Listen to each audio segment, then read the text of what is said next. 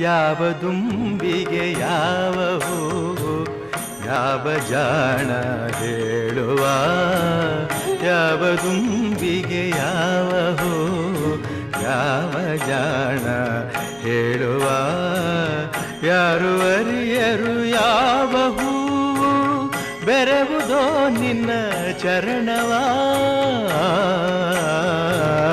ಯಾವ ದುಂಬಿಗೆ ಯಾವ ಹೂವು, ಯಾವ ಜಾಣ ಹೇಳುವ.